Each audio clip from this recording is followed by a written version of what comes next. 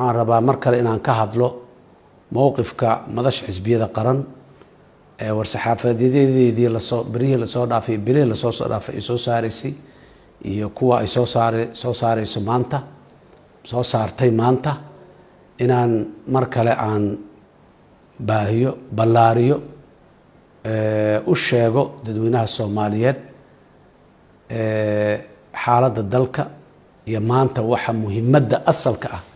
ay tahay oo maanta oo diiraddu ay saaran tahay sidaan marar badan oo hore aan ku celcelinay oo aan u sheegnay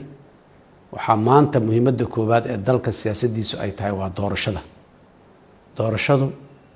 waa xaaladda maanta dalka ka taagan midda ugu muhiimsan muddo koobanna leh oo aan iska jiri karin amni darrada waan haysataa mudday soo jirtay dowlad dhisidda qaybaheeda kala duwan oo dhan mudday soo jireen wayna sii socon doonaan haddii alla yiraa laakiin arrinta doorashadu waxay u tahay muhiimad dadka Soomaaliyeed waayahan dambe waxaa la horumarinayay si tartiib loo horumarinayay dhaqanka muxuu ahay dimuqraadiyiinta dalka dimuqraadiyiinta dowlad dhisidda mustaqbalka Soomaaliya si uu yahay dowlad xooggan oo dimuqraadi ah oo dadku ay raali ka yihiin ku shaqeysa himilooyinka iyo higsiyaasha dadku ay leeyihiin noloshooda iyo jiritaankooda maanta marka waxaan leeyahay muhiimadda koowaad aan leenahay waa taas Soomaali haddaan nahay waxaan aad iyo aad uga xunnahay madaxda xisbiyada qaran haddii aan nahay in hoggaanka dalka uu ku fashilmay arrintaas inuu xaqiijiyo oo dadka u dhowro wixii ay ku heshiiyeen dadka Soomaaliyeed iyagana lagu doortay oo mas'uuliyadda loogu dhiibay maanta waa wada ognahay dowladda federaalka ee Soomaaliya hoggaankeeda maanta jooga wixii shalay markii hoggaanka ay qabanayeen lagu wareejiyay oo loo dhiibay maanta in aanay haynin dowladda federaalka ahayd iyo dowlad goboleedyada xubnaha ka ahaa maanta isma hayaan dadka Soomaaliyeedna aad ayay u ogyihiin labadii aqal ee baarlamaanka federaalka ee Soomaaliya golaha shacabka iyo aqalka sare ayaguna isma hayaan haykalkii dowladnimada marka sidaas uu kala joogaa arrintaas waxay u sii xanuun badan tahay waxay tahay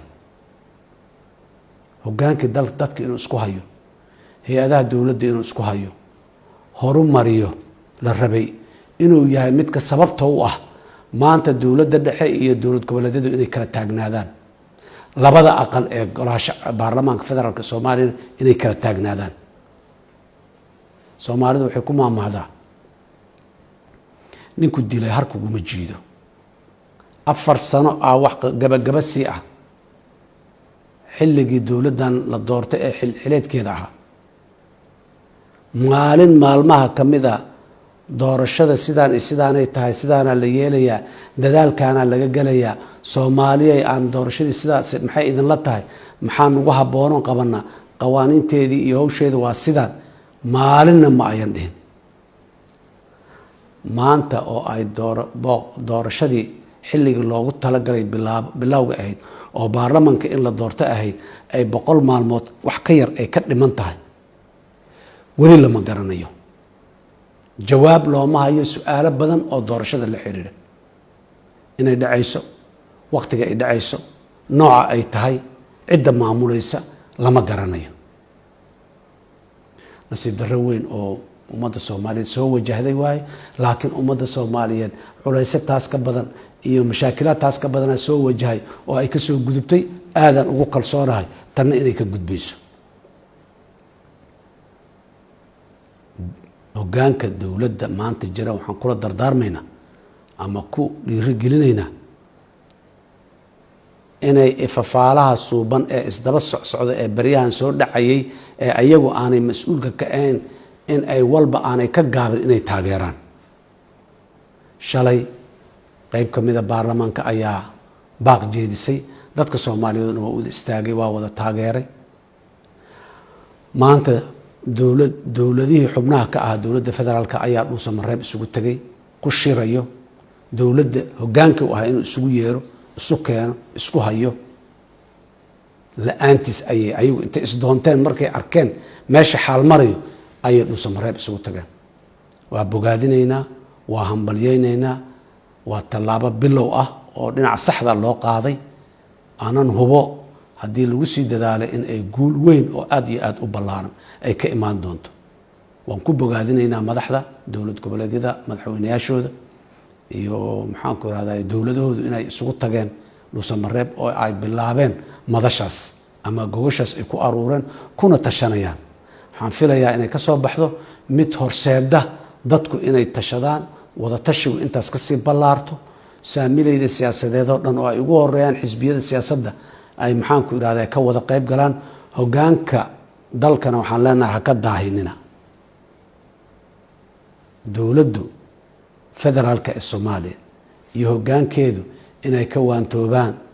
caqliga u soo noqdo, wixii ay sameyn jireen iyo wadadii ay sameyn jireen wada aan ahayn inay hadda cabiraan in loo baahan yahay. waan soo sheegnay wixii hore khilaaf iyo kala qaybsanaana ka dhalatay. shirkaas bilowday maanta oo Soomaalidu ay saa u soo wada eegaysa ee dhuusamareeb ka socdo, waxaan rajaynaynaa inaanay carqaladaynin oo aanay tashwiish ku furin, oo aanay ka gaabin, oo aanay ka daahin. haddii ay intaa ka dhowrsan waayaan, dadka Soomaaliyeed waxaan u sheegayaa ama madashu ay u sheegaysaa cawaaqibka ka dhasho tallaabada dowladda dhexe ay Muqdisho ka qaado iyo go'aanada siyaasadeed ama dhaqanka siyaasadeed oo ay la yimaadaan, mas-uuliyaddeeda ayaga unbaa qaadayo. cid kaloo la qaadayso la wadaagaysa male. ummadda Soomaaliyeed horteeda ayagaa mas-uuliyaddaas ku qaadayo. wixii dhibaato ay xumaan ay ka yimaado iyo lugooyo ay ka yimaado, ilaahay hortiina ayagaa ku qaadayo. hadallada ay ku dhawaaqeen oo markii de aada loo nuxur eego, hoos loo eego, weli aan caddayn, laakiin kuwii ugu horreeya oo ka soo baxay ah, waxaan leenahay micneeya, sii fasira, dadka u sheega, wax aad ka wadaan caddeeya. wax badanoo muxuu ahay aanan la garanayn. dastuurka federaalka ee Soomaaliya iyo sharciga doorashooyinka ee madaxweynuhu uu xigtay waxay qorayaan 4 sano waaye mandate-ka madaxweynaha iyo mandate-ka xilli xileedka madaxweynaha iyo xilli xileedka baarlamaanka. 4 sano. 4 sano waatan aan sheegayno 100 maalmood ka yar ee bilowgeeda ay ka dhiman tahay. marka looguma mamarsiyoon karo. dastuurku wuxuu qorayaa waxyaabo kale. baarlamaankan waqtigiisa waa dhammaaday, madaxweynahana waqtigiisa waa dhammaaday, gabaabsi ku soo socdaa. labadaba waqtigoodu waa gabaabsi. ciddii bedeli lahayd baarlamaanka bedeli lahaa jidka ka wax asalkaana waa baarlamaanka. in baarlamaan la helo, baarlamaanku uu jiro, kan uu jiro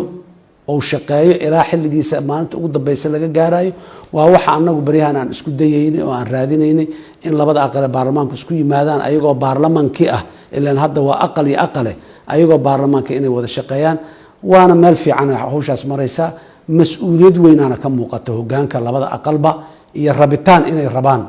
inay midoobaan. marka waxaan leenahay ayaguna waa dhiirigelinaynaa in ay aqalkii labadii aqal isu soo noqdaan oo baarlamaankii ou howlihiisii dib u bilaabo. waxaan leenahay madaxweynaha jamhuuriyadda isagaa ummadda Soomaaliyeed xilka u dhiibatay, isagaa magaca ummadda Soomaaliyeed, golaha shacab baarlamaanka oo ummadda Soomaaliyeed wakiilka ah, isaga ayuu xilka u dhiibo doortay. waana ilaaliyaha constitutionka sida ku qoran dastuurka, ilaaliyaha dastuurka inuu isagu yahay. ha ilaaliyaan leenahay. dowladda guud ahaanna waxaan leenahay warkiina aad shalay sheegteen waa fiican yahay, laakiin sii fasira, wax ku sii dara. su-aalaha aad garanaysaan jawaab weli loo hayn, jawaab u yeela. madaxweynayaasha dowlad goboleedyadana waxaan leeyahay iyaguna gogosha waa bilow fiican, waana bilowdeen, waddo saxaad bilowdeen, ballaariya, ha isku ekaynina. haddii dowladda qaybaheeda kala duwan tahay ugu yeera, hadday tahay saamilayda siyaasadeed oo kale xisbiyada ay ka mid yihiin ugu yeera, bulshada rayidka ay ka mid tahay ugu yeera, waxgaradka Soomaaliyeed oo dhan ugu yeera, si un looga tashada arrintaas. oo arrinta doorashada arrin noocay doonto ha noqoto.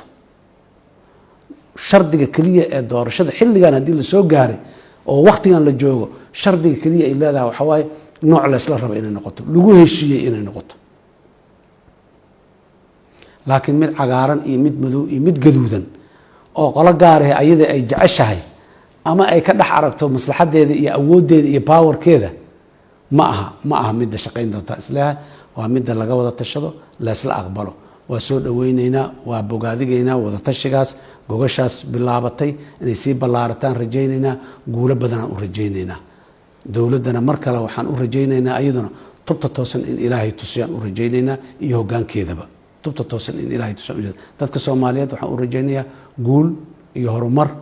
waan ku kalsoonahay in ay dhibaatada iyo duruufaha adag iyo markastoo shaki la geliyaba inay awood u leeyihiin inay ka baxaan shakigaas oo ayna uga baxaan si nabad ah